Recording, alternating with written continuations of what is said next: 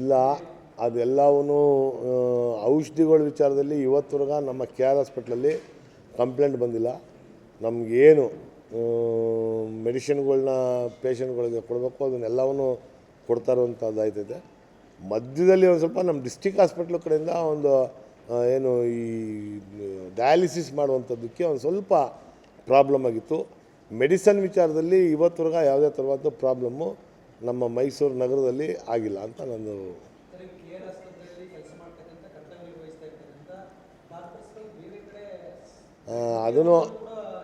ಅದನ್ನು ನಮ್ಮ ಡಾಕ್ಟರ್ ಮಹಾದೇವ್ ಅವರು ಚರ್ಚೆ ಮಾಡಿದ್ರು.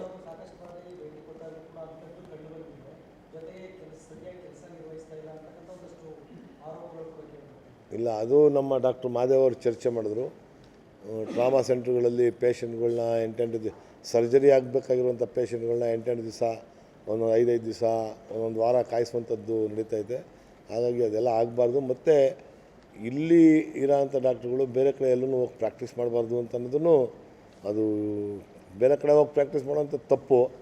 ಅದನ್ನು ಯಾರೂ ಇಲ್ಲಿರೋರು ಮಾಡ್ತಾಯಿಲ್ಲ ಅಂತ ಅಂದ್ಕೊಂಡಿದ್ವಿ. ಆ ಥರ ಏನಾದ್ರು ಮಾಡ್ತಾವ್ರೆ ಅಂತ ಕಂಡು ಬಂದರೆ ಅದಕ್ಕೇನು ಕ್ರಮ ವಹಿಸಬೇಕು ಅದನ್ನು ಸರ್ಕಾರದಿಂದ ಕ್ರಮ ವಹಿಸುವಂಥ ಕೆಲಸ ಮಾಡಿಸ್ತೀವಿ ನಾವು.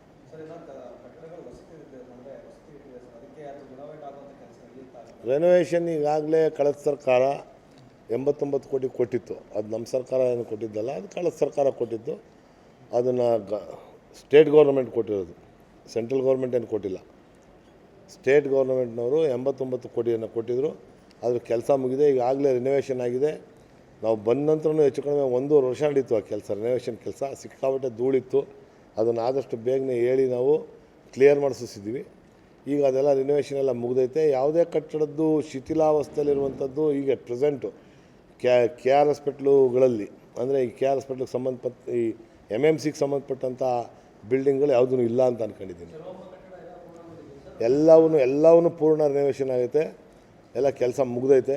ಅದು ಕಳೆದ ಸರ್ಕಾರದಲ್ಲೇ ಆಗಿದ್ದದು, ನಮ್ಮ ಸರ್ಕಾರದಲ್ಲೇನಾಗಿರಲಿಲ್ಲ, ಕಳೆದ ಸರ್ಕಾರದಲ್ಲಿ ಆಗಿದ್ದದು.